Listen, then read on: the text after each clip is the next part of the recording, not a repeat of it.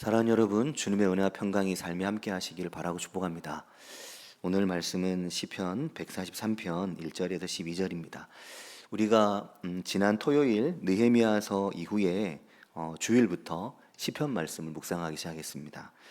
한 주간 시편을 읽으셨는데 시편을 어떻게 읽으셨습니까?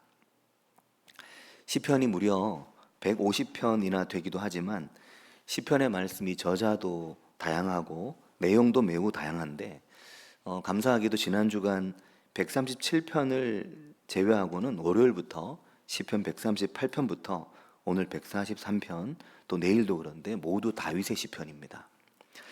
근데 사랑하는 여러분, 다윗의 생애가 모두 시편이었습니다. 다윗의 생애가 모두 노래였고 다윗의 생애가 모두 기도였고 그의 생애가 모두 감사요 찬양이요 간구요 그의 생애의 한 가운데 오직 하나님이 있었습니다. 그래서 사랑하는 여러분, 다윗이 하나님의 마음에 맞는 사람이 되었던 것입니다. 지난 금요일 밤 금요기도회에서 하나님의 마음에 맞는 사람 다윗에 대한 말씀을 조금 함께 나누었는데 성경에서 하나님의 마음에 맞는다 이렇게 말하는 유일한 사람이 다윗입니다. 성경의 사람들에게 붙는 수식어들이 종종 있는데 아브라함은 믿음의 조상, 믿음의 사람, 또 지면에서 가장 온유한 사람은 모세, 근데 다윗은 하나님의 마음에 맞는 사람 이렇게 말하는데 이 다윗이 시편의 사람이었습니다. 사랑하는 여러분, 그러면은 시편의 사람이라는 말은 어떤 말일까요? 시편의 사람. 시편의 사람이라는 말은 어떤 말이겠습니까? 그의 생애가 온통 시편인 사람의 삶은 어떤 삶이었을까요? 어떤 삶을 살면 시편의 사람일 수 있을까? 어떤 삶을 살면 시편이라고 또 그렇게 또 이야기될 수 있을까? 성경의 많은 인물 중에 저는 그랬는데 처음 눈에 들어온 인물이 다윗이었습니다. 그러니까 어릴 때였으니까 지금은 교회학교라고 하지만 제가 어릴 때는 주일학교 이렇게 불렀지 않습니까? 근데 그때 어릴 때 성경학교 할 때 지금도 기억에 나는 그 성경학교 때 서울의 소망교회에서 오셨던 선생님들이 공과 시간에 들려주셨던 그 다윗의 이야기를 그림으로 막 들려주시던 이야기들이 너무 생생하거든요. 그리고 그때 초등학교 운동장에서 보았던 그 주기철 목사님의 이 못이 박힌 송판 위를 걸어가는 영화, 그 기억들이 생생하게 기억납니다. 물론 주일학교에서 그 궤도를 넘기며 또 전사님이 가르쳐주셨던 말씀 속에 찬양 속에서도 다윗은 늘 등장했지만 다윗의 이야기가 기억에 나는 건 다윗이 골리앗과 싸워서 이긴 이제 그 이야기죠. 근데 그때는 이제 잘 몰랐습니다. 다윗의 생애가 그렇게 파란만장한 삶이었는지 잘 몰랐죠. 그때는 다윗이 정말 아주 그 이미지에도 그림에도 보면 잘생긴 아주 미소년이 너무나 멋지게 골리앗을 쓰러뜨리는, 체격은 작은데 자기보다 몇 배나 큰 골리앗을 넘어뜨리는 그런 사람으로 이해하니까 다윗의 삶이 그렇게 파란만장한 삶이었을 거라는 생각은 그때는 이제 못하죠. 아마 이 자리에 계신 성도님들 중에서도 내 삶이 왜 이렇게 파란만장하지? 내 인생이 왜 이렇게 파란만장한가? 내가 살아온 삶의 여정이 정말 어떤 분들은 기구하다, 진짜 힘든 인생이었다 이렇게 생각하시는 분들이 많이 있으실 텐데 다윗의 생애가 진짜 그랬습니다. 병나겠다 이렇게 살면 그런 생각이 들거든요. 우리는 다윗을 위대한 왕으로 알지만 우리는 다윗을 양떼를 돌보던 아주 그냥 그 목가적인 풍경의 목자, 시와 노래가 익숙한 사람, 골리앗을 이기고 어느 날 갑자기 이스라엘 역사에 혜성처럼 등장하는 정치 신인이잖아요. 갑자기 이스라엘 역사의 급부상에서 사울을 한 방에 제끼고 이스라엘 왕이 된, 하나님께 엄청난 사랑을 받는, 수많은 시편을 쓴 다윗, 그렇게 기억하는데 그렇지가 않은 거죠. 이 말씀을 준비하면서 그런 생각이 들더라고요. 솔로몬은 잠언의 사람으로 압니다. 수많은 잠언을 썼거든요. 근데 아버지 다윗은 시편의 사람입니다. 많은 시편을 썼습니다. 이 잠언과 시편 성격이 완전 다르거든요. 그 다른 성격이 그의 생애를 보여주기도 합니다. 다윗의 생애가 너무나 파란만장하죠. 쉬운 날이 하나도 없었습니다. 그의 삶에 길고 긴 고난의 세월이 있었죠. 견뎌야 하고 참아야 하고 버텨야 하고 온갖 수모와 온갖 멸시를 견뎌내야 했던 긴 시절이 다윗의 생애에 있었거든요. 다윗의 생애에 우리가 감정이입을 하고 다윗이 얼마나 파란만장한 삶을 살았는지를 느끼게 되면 성경의 많은 부분이 다르게 느껴집니다. 그 고난의 긴 세월이, 다윗의 그 고난의 세월이 그로 하여금 시편을 쓰게 한 겁니다. 그 고난의 세월이 그에게 잠언을 쓰게 한 게 아니고 시편을 쓰게 한 겁니다. 왜 그의 아들 솔로몬은 지혜서인 잠언을 썼는데 아버지 다윗은 시편을 썼을까요? 그가 감수성이 뛰어나서? 아닙니다. 감수성이 뛰어나면 시를 쓰죠. 다윗은 시편의 사람이거든요. 시편은 그냥 일반적인 시가 아닙니다. 성경에 수록된 수많은 하나님의 사람들을 살리고 그들의 삶을 보여주는 그 고난의 세월을 반증하듯이 쓰여진 글이 시편이거든요. 그 고난의 세월을 통해서 깨닫게 된 다윗의 지혜는 어제 142편이 맞쓰길 지혜시 교훈시잖아요.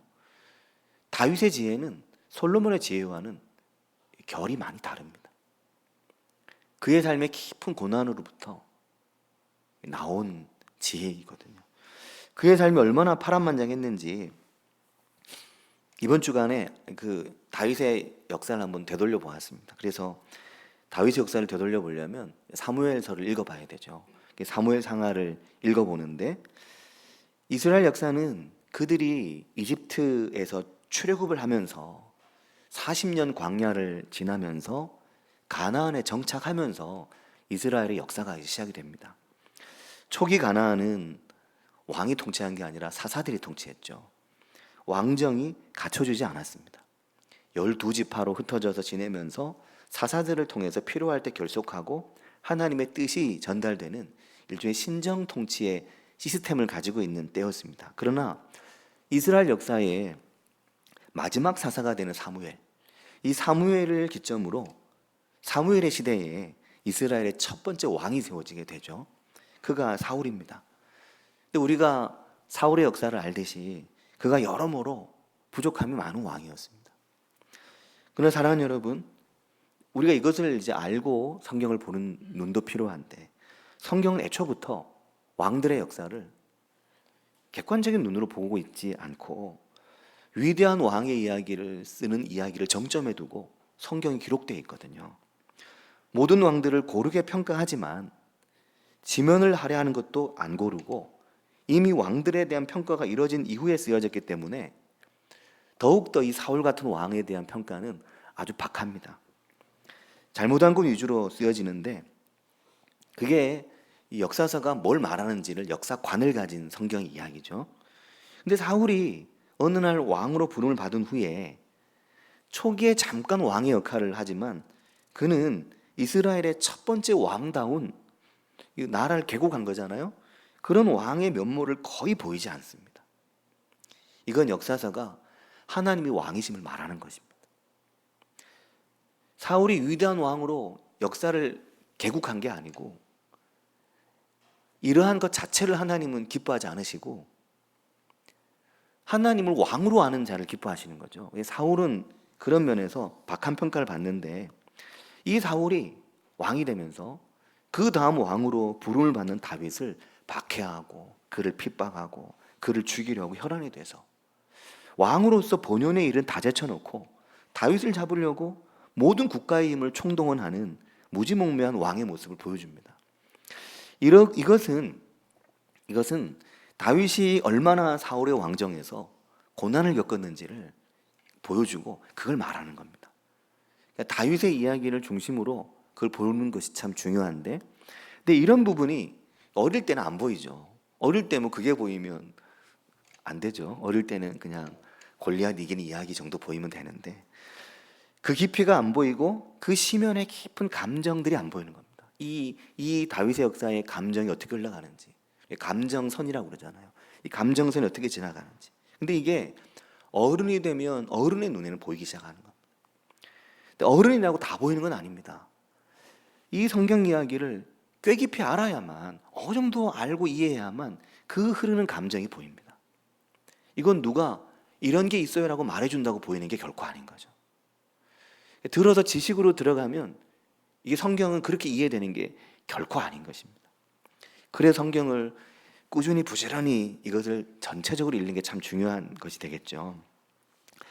어른의 삶을 조금 더 이해하면 하루하루 고난과 아픔, 눈물과 애써 참으며 견디며 오늘 어른의 삶을 살아가는 성도님들에게는, 또 우리의 이웃들과 세상 사람들에게는 이 다윗이 겪었던 그 고난의 시절이 보일 수 있는 겁니다. 또 이게 더 좀 더 보이게 된 이유가 뭔가 생각해 보면, 목회를 하면서 목회 현장에서 만나는 많은 성도들이 겪는 다양한 고난과 어려움들, 이거를 제일 비슷하게 그걸 겪고 공감하고 기도하고 함께 하다 보니까 다윗의 이야기를 하신 하나님의 마음은 그 비슷한 파란만장 인생을 살아가는 오늘 우리에게 하나님이 하시는 말씀이라는 생각을 하게 되는 거죠. 다윗이 사울 다음으로 사무엘의 지명을 받고 하나님의 부르심을 받은 후에 그의 삶의 고난과 시련이 시작됩니다.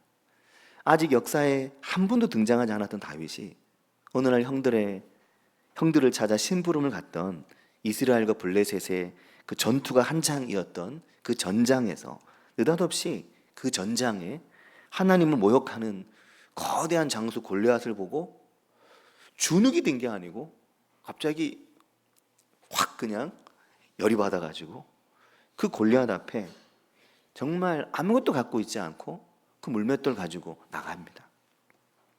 사무엘상 18장 19장을 읽어보면 아시는데, 다윗이 골리앗을 죽이고 역사의 전면에 등장하는데 하루아침에 사울의 사유가 되죠.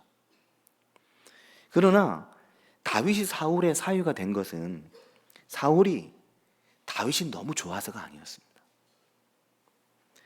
사울이 너무 불쾌해가지고 이 다윗을 주목하기 시작한 거죠. 다윗이 이스라엘 역사에 골리앗을 죽이며 등장하는 순간 사울이 너무너무 불쾌해서 그 다윗을 주목하기 시작했습니다. 그리고 다윗을 자신의 딸로 붙들어서 자기에게 충성하는 자로 두고 그를 자신의 감시 안에 두고자 했던 것입니다. 근데 이게 여의치가 않았습니다. 그러자 사무엘상 18장에서 다윗을 사유로 삼지만 사무엘상 19장이 시작되면 사울은 이미 이 다윗 한 사람 때문에 완전히 이성을 잃었습니다. 제정신일 때가 거의 없는 왕처럼 다윗을 죽이려는 일에만 몰두하고 왕정은 거의 돌아보지 않는 왕으로 나오거든요. 다윗을 죽이기 위해 쫓아다니고, 다윗은 이런 왕을 피해 10여 년의 세월을 도망다닙니다. 도망자로 살죠. 사울도 다윗 죽이기에 혈안이었지만 다윗도 살아남으려고 미친 사람처럼 삽니다. 사울은 다윗을 죽이려고 미친 자가 되고 다윗은 살아남으려고 미친 자가 되는 거예요. 그런 어떤 감정이 어릴 때는 안 보이는데 성경을 왔다 갔다 하다가 성도님들의 우리의 살아가는 삶의 자리에 파란만장한 삶을 보다가 여기를 다시 보니까 이게 그 감정이 조금씩 더 보이는 거죠. 광야로 피하고 숨고 도망가면 따라오고 도망가면 따라오고 하나를 넘으면 또 하나가, 한 사건이 끝나면 또 한 사건이 꼬리에 꼬리를 물고 다윗을 쫓아옵니다. 숨이 막히죠. 죽을 것 같은 겁니다. 왕이 군대를 이끌고 자신을 죽이기 위해 곳곳에 첩자들이 도사리고 있잖아요. 곳곳에서 다윗의 소재를 왕에게 보고합니다. 갈 데가 없는 거죠. 숨을 곳이 없는 겁니다. 다윗을 죽이려는 암살자, 다윗을 고발하는 첩자들, 왕까지 군대를 이끌고 자기를 쫓아오니까 이게 사람이 살겠습니까? 이쯤 되면 사람이 피가 마르는 거죠. 어디로 가야 할지, 어디에 숨어야 할지 알 수 없는 겁니다. 매일이 그의 삶이 어디로 가야 살 수 있을지를 물어야 하는 겁니다. 매일 그가 어떻게 하면 내가 살 수 있는가? 어떻게 하면 생존할 수 있는가? 살아남을 수 있을까? 이거를 누군가에게 물어야 되는 겁니다. 누구에게 묻겠습니까? 왕에게? 측근에게? 그 누구도 그에게 좋은 대답을 못 해줍니다. 망연자실해서 절망하거나 자포자기하거나 아니면 사울이 그랬듯이 신접한 자를 찾아가거나 다양하게 할 수 있지만 이 위기 속에 다윗은 하나님을 붙드는 거죠. 그게 다윗의 시편입니다. 광야로, 요새로, 엔게디 요새로, 피난처로, 심지어 다윗이 어디로 도망갑니까? 블레셋으로 도망을 가거든요. 살려고 도망간 겁니다. 아니, 블레셋 장수 골리앗을 죽였잖아요. 근데 블레셋으로 왜 도망갑니까? 오죽하면 거기로 갔겠습니까? 이스라엘에 있는 것보다 낫다고 판단한 거죠. 하나님, 어디로 가야 제가 살겠습니까? 어디로 가야 제가 생존할까요? 그게 매일 다윗의 질문이었습니다. 그게 시편이죠. 그래서 다윗이 시편의 사람입니다. 근데 그가 하나님 앞에 서 있지 않고서는 살 수가 없었죠.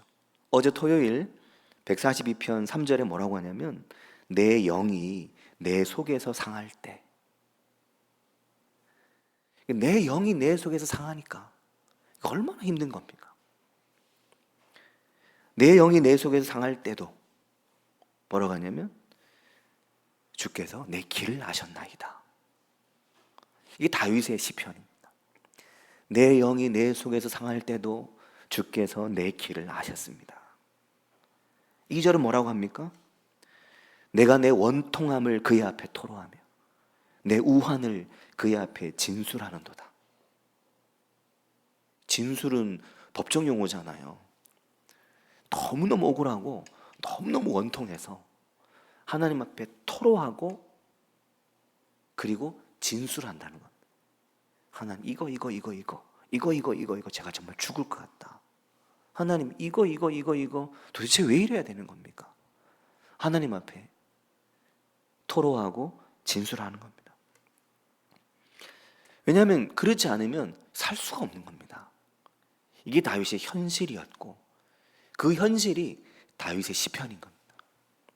어제 142편 6절에는 또 뭐라고 하냐면 이런 말씀이 다윗의 시편에 차고 넘치는데 어제 142편 6절은 나의 부르짖음을 들으소서 나는 심히 비천합니다. 내가 너무너무 비천하다는 거죠. 마리아가 그렇게 기도했거든요. 너 동정녀 탄생에 대한 소식을 처음 들었을 때 마리아가 성령으로 잉태된다는 얘기 들었을 때 비천한 여종이라고 하거든요. 나를 핍박하는 자들에게서 나를 건지소서 그들은 나보다 강합니다. 그냥 하는 말이 아니고 정말 나보다 강한 자들이 나를 쫓아옵니다. 이게 다윗의 생애였습니다. 나보다 강한 자들 앞에서 비천하고 그 마음과 영혼이 허물어질 때 그 영이 속에서부터 골마버리고 주저앉을 때 나를 살게 하는 분이 하나님이시라는 걸 다윗이 알고 있었던 거죠. 그래 다윗이 시편의 사람입니다. 이런 마음이 하나님께 너무 맞는 겁니다. 하나님이 다윗과 공감을 할 수 있으신 거죠. 오죽 했으면은 사무엘상 21장에 보면 새벽에도 잠깐 말씀드렸지만 다윗의 생에 정말 극적인 장면들이 여러 장면들이 있습니다. 근데 그 중에서도 이 장면이 참 극적인데 사울을 피해 이 블레셋에서 도망을 가잖아요. 내가 죽인 골리앗 블레셋 사람인데 거기로 도망갑니다. 망명을 한 거죠. 망명을. 사무엘상 21장 10절에 보면 뭐라고 하냐면 그날에 다윗이 사울을 두려워하여 일어나 도망하여. 예전에 이거 그냥 휙 읽고 지나갔는데 아 두려웠나 보다 하고 지나갔는데 두려웠나 보다가 아닌 거죠. 다윗이 사울이 너무 무서웠던 겁니다. 그냥 내가 뭐 똥이 더러워서 피해, 이게 아닌 것입니다. 무서웠던 겁니다. 두려웠던 겁니다. 집요한 그의 추격이 미친 사람 같잖아요. 사울이 다윗을 죽이려고. 그를 피해 도망가는 게 이게 너무너무 무서운 겁니다. 그렇게 블레셋의 가드 왕 아기스에게로 넘어갔는데 당연히 의심을 받죠. 아기스 왕은 오히려 받아주려고 하는데 신하들이 다들 나서서 왕이시여, 저자가 누군지 모르십니까? 다윗 아닙니까? 사울이 죽인 자는 천천히요, 다윗은 만만이라고 하는 그자 아닙니까? 그래서 다윗에게 새로운 두려움이 또 생깁니다. 21장 12절에 뭐라고 하냐면, 다윗이 이 말을 그의 마음에 두고, 그 말이 다윗의 마음에 턱 남은 거죠. 그 신하들의 말이.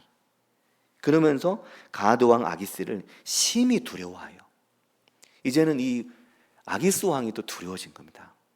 가드 왕 아기스가 블레셋의 도시 국가거든요. 그래서 어떻게 합니까? 미친 척을 하는 거죠. 이거 사랑하는 여러분, 그냥 대충 읽고 지나가면 그냥 지나가는데, 오늘 내 삶의 자리에 미친 척하면서 사시는 분 계십니까? 미친 척하면서 생존하시는 분 계십니까? 13절에 뭐라고 하냐면, 그들 앞에서, 그 많은 신하들과 그 왕과 그들 모두 앞에서 그의 행동을 변하여 미친 채 하고, 그리고 어떻게 하냐면 대문짝에 그적거리며, 대문짝에 이 그적거리며라는 말이 대문을 이렇게 치면서 거기다 뭘 쓰는 걸 말합니다. 이렇게 뭘 쓰는 걸 이렇게 그적 뭘 쓰면서 미친 척을 하는 거죠. 좀 미쳤나? 저 사람 왜 저래? 그러면서 대문짝에 그적거리며 뭐라고 합니까? 침을 수염에 질질 흘리며. 우리는 수염을 뭐 잘 기르지 않지만 유대인들에게 수염은 존귀와 위엄의 상징이거든요. 그런데 그 수염에 침을 질질 흘리는 건 정말 정신줄 놓고 사는 겁니다. 그냥 내 호나 나를 떠나라, 그냥 그러고 살기 위해서, 살아남기 위해서 온갖 수치와 부끄러움을 당하면서 그렇게 살아남은 거죠. 사랑하는 여러분, 이게 다윗의 생애였습니다. 근데 이 생애를 살면서 다윗이 시편을 노래하는 거예요. 그 시편이 하나님과의 교제의 자리요, 소통의 자리요. 내가 하나님께 질문하고, 내가 하나님께 대답을 듣고, 내가 하나님께 토로하고, 내가 하나님께 위로를 얻고, 그렇게 사는 겁니다. 새벽에도 그런 말씀을 드렸지만, 고난이 많다고 다 시편을 쓰는 건 아닙니다. 고난이 많아서 다 기도하지 않습니다. 고난이 많아서 다 하나님 앞에 삽니까? 아닙니다. 고난은 때로 우리를 영 다른 길로 도망치게 합니다. 그래서 고난 때문에 도망간 내 인생에 대해서 변명도 하고 해명도 하고 핑계도 해보지만, 고난 때문에 도망가지만 고난 때문에 다 시편을 쓰지 않는 거죠. 고난 때문에 하나님의 마음에 맞는 사람이 되는 사람이 다 그런 건 아닌 겁니다. 근데 만약에 내가 고난 때문에 나도 하나님께 시편 비슷한 걸 쓸 수 있고, 고난 때문에 내가 하나님의 마음에 조금씩 더 맞아간다면 다윗의 생애에 주신 하나님의 은혜를 그도 받을 수 있는 거죠. 근데 다윗이 그 고난 중에 하나님의 마음에 맞는 사람이 된 겁니다. 그래서 이와 같이 너무나 아름답고도 또 보면 굉장히 슬프잖아요. 시편이, 다윗의 시편이 어떤 것들. 그리고 보면 너무나 소망을 갖게 되고, 우리로 하여금 우리도 나도 시편의 사람이 되고 싶다, 이런 마음을 갖게 만듭니다. 그런 시편을 그가 노래한 거죠. 그 노래가 하나님께 맞고, 그 노래들이 시편에 대거 들어온 겁니다. 시편의 엄청 많은 부분을 다윗이 쓰잖아요. 오늘 143편 우리가 읽었는데 다윗의 시 이렇게 돼 있지 않습니까? 뭐라고 합니까? 여호와여, 내 기도를 들으시며 내 간구에 귀를 기울이시고 주의 진실과 의로 내게 응답하소서. 이러면서 다윗이 2절에 뭐라고 하냐면 주의 종에게 심판을 행하지 마소서. 주의 눈앞에는 의로운 인생이 하나도 없나이다. 그렇게 말합니다. 사랑하는 여러분, 이게 요 주의 종에게 심판을 행하지 마십시오. 주의 눈앞에 의로운 인생이 하나도 없습니다. 이게 좀 충돌하는 면이 있습니다. 주의 눈앞에 의로운 인생이 하나도 없다는 말은 이 전혀 의롭지 않은 자들, 나를 죽이려고 하는 자들 염두에 둔 말이거든요. 근데 나도 염두에 둔 말입니다. 나도 의롭지 않다는 거죠. 나도 하나님 앞에서. 근데 다윗은 뭐라고 하냐면 주의 종에게, 저에게 심판을 행하지 마십시오. 저들은 심판하는데 나도 같이 의롭지 않지만 나에겐 심판을 행하지 말아달라고 하는 겁니다. 왜 이렇게 말할까요? 이게 뻔뻔한 건가요? 이기적인 건가요? 아닙니다. 하나님이 통회하는 마음을 기뻐하는 거죠. 하나님 앞에 엎드리는 자에 인자와 자비를 베푸시는 분이 하나님이신 걸 아는 겁니다. 그러니까 하나님이 어떤 분인지 아는 겁니다. 이 하나님 앞에 의로운 자는 아무도 없지만 하나님 앞에 엎드리면, 하나님의 은혜를 구하면 하나님은 그 통회와 그 눈물을 사랑하는 분이라는 걸 아는 거죠. 그 뒤에도 보면 3절 4절에 원수가 내 영혼을 핍박하여 나로 죽은 지 오랜 장같이 나를 암흑 속에 두어서 내 심령이 속에서 상하며 내 마음이 내 속에서 참담하다. 근데 그래서 어떻게 합니까? 이렇게 참담하고 이렇게 고통스러울 때 그런 깊은 고난 앞에 사람들은 다양한 길로 갑니다. 다 기도하지 않고 다 시편을 쓰지 않거든요. 근데 다윗이 이 참담한 중에 어떻게 하냐면 5절에 보면 내가 옛날을 기억하고 주의 모든 행하신 것을 읊조리며 주의 손이 행하는 일을 생각하고 이렇게 말합니다. 그때 다윗은 하나님을 향하는 거죠. 이게 하나님의 마음이 맞는 겁니다. 그가 하나님의 행하심을 아는 거죠. 인생을 향한 하나님의 마음, 하나님 앞에 살아가는 자들의 그 생애를 향한 아버지의 마음을 아는 것입니다. 내 영혼이 죽은 지 오랜 자같이 암흑 속에 있어도, 내 심령이 속에서부터 상해 있어도, 내 속이 이렇게 참담해도 내가 하나님의 역사를 기억하고 주의 행하신 일을 읊조리며 주의 말씀을 읊조리며 그의 말씀을 묵상하고 그의 말씀을 기억하면 하나님이 나를 인도하신다는 것을, 이 사망의 땅에서, 이 살아있는 자들의 땅에서 나를 인도하신다는 것을 아는 것입니다. 내가 주의 손에 행하신 일을 기억하고 주를 향하여 손을 펴고, 143편 6절인데 뭐라고 하냐면 내 영혼이 마른 땅같이, 내 영혼이 마른 땅같이 주를 사모하면 여호와 하나님께 속히 내게 응답하시고 주의 얼굴을 내게서 숨기지 않을 것을 아는 겁니다.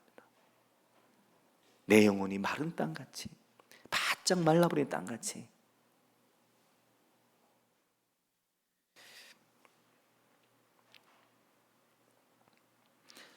사랑하는 여러분, 그래서 다윗이 어떻게 합니까?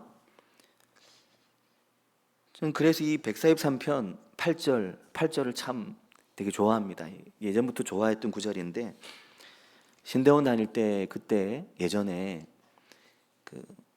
지금도 한웅재 씨를 되게 좋아하죠. 그때도 한웅재 목사님이, 그때는 아마 목사가 아니었겠죠. 하지만 이제 저보다는 이제 나이가 많은 분이니까 그분이 그때도 아주 유명한 찬양, 그때 더 유명했죠. 지금은 잘 안 알려졌지만 그때는 되게 유명한 찬양 가수였는데, 꿈이 있는 자유라고.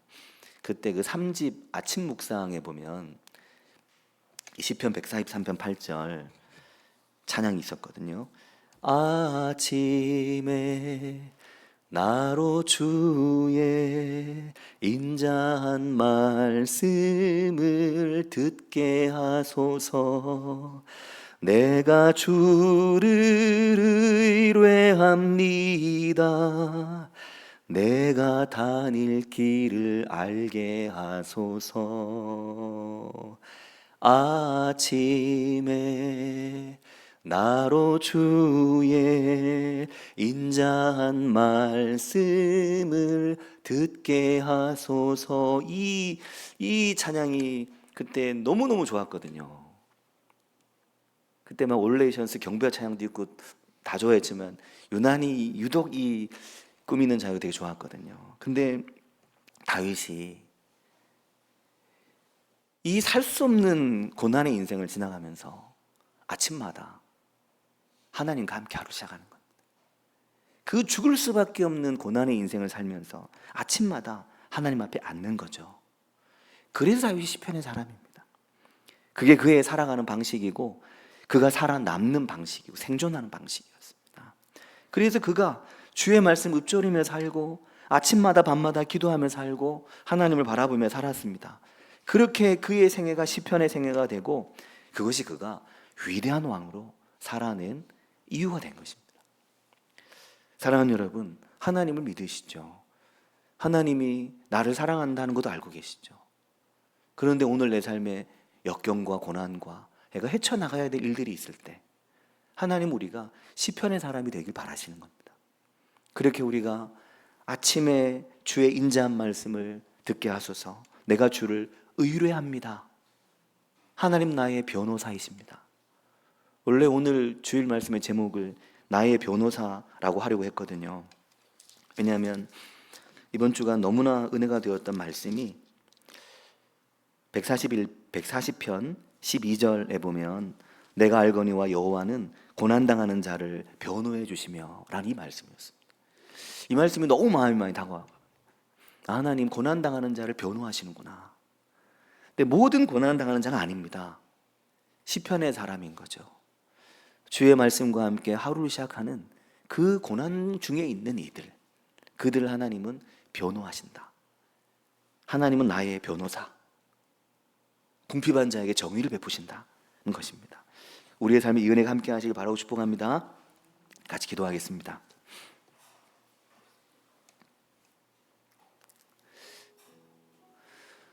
다윗의 시편은 다윗의 역사서와 함께 읽어야 됩니다. 또한 다윗의 시편은 다윗의 역사서와 함께 읽는 것으로는 부족합니다. 다윗의 시편은 오늘 나의 역사와 함께 읽어야 됩니다. 내 삶의 고난의 역사, 내 삶의 눈물의 역사, 내 삶의 아픔의 역사.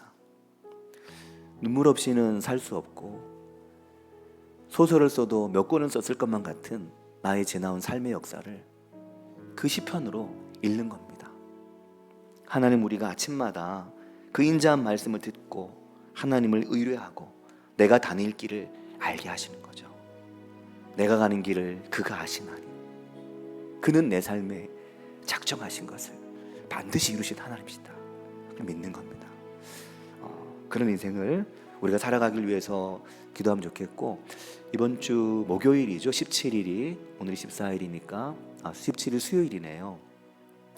17일 날 임경혜 집사님, 오늘 예배 함께 하신 임경혜 집사님 17일 날 수술 받으시는데 수술 잘 받으시고 잘 회복하시고 또 깨끗하게 나으시고 내 삶에 스쳐 지나가는 이러한 또 어려운 시간이 또 임경희 집사님과 더 나아가서 집사님의 가정, 우리 귀한 아들 도훈이, 문경이, 귀한 아들 또 우리 남편 삶에 하나님 살아계심을 증거하는 그런 기회가 되도록 기도해 주시길 바랍니다. 같이 한 목소리를 기도하겠습니다. 하나님 아버지 감사합니다. 주님 우리 인생 가운데 함께 계신 아버지, 우리의 삶을 도우시고 인도하신 아버지, 우리의 삶 가운데 역사하신 아버지, 주님 우리의 시편을 심으셨습니다. 아버지, 주님 우리가 인생의 고난 지나갈 때, 고난의 바다를 지나갈 때, 주님 깊은 고난을 지나갈 때, 주님 고난의 인생의 길을 지나갈 때 아버지 그 속에 살아계신 하나님, 역사하신 하나님, 주님 우리를 도우신 하나님, 주님 시편을 쓰며 그 말씀과 더불어 살아가는 인생을 결코 헤매나지 아니하시며 그들을 변호하시고 그 인생에 정의를 베푸시며 그 인생을 인도하시는 하나님, 위로하신 하나님, 힘주신 하나님, 그 하나님과 동행하는 저희들이 되도록 도우시고 인도해 주시기를 주님 원합니다. 아버지 역사해 주시기를 주님 원합니다. 저희 인생의 왕 되신 하나님, 저희 인생의 주인 되신 하나님, 하나님과 동행하는 저희들 될 수 있도록 도우시고 인도해 주시기를 주님 원합니다. 아버지 저희와 함께 해주시옵소서.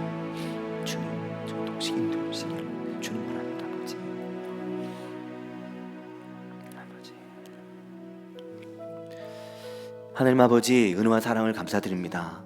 주님, 세상에 많은 사람들이 고난의 길 가운데 있을 때 그 고난이 다른 길로 가는 이유가 되기도 하지만, 하나님 아버지, 저희들에게 인생의 고난 중에 하나님을 눈뜨게 하시고 하나님을 보게 하시며 하나님께로 방향을 잡도록 인도하신 그 은혜를 감사합니다. 하나님 아버지, 다윗의 생애가 시편이었는데 오늘 저희들도 시편의 사람으로 살아갈 수 있도록 인도해 주시기를 주님 원합니다. 그러므로 주님, 다윗의 생애가 하나님 앞에 그 삶의 고뇌를 토로하고 그 인생의 우환을 진술하는 인생을 삶에도 불구하고 결국 그의 인생이 하나님 앞에 가장 복된 인생이 되고 그의 삶에 가장 큰 은혜를 부어주신 것처럼 오늘 주님, 저희 인생에도 저희들이 시편의 길을 걸어갈 때 저희 인생에 주시는 하나님의 은혜, 하나님의 복, 아버지 하나님께서 저희들과 저희들의 자녀들과 또 저희들의 후대의 삶을 밝히시고 빛비추시는 그 은혜를 바라보는 복된 인생이 되도록 인도해 주시기를 간절히 원합니다. 주님, 저희와 함께 하실 것을 믿고 예수님의 이름으로 기도합니다. 아멘.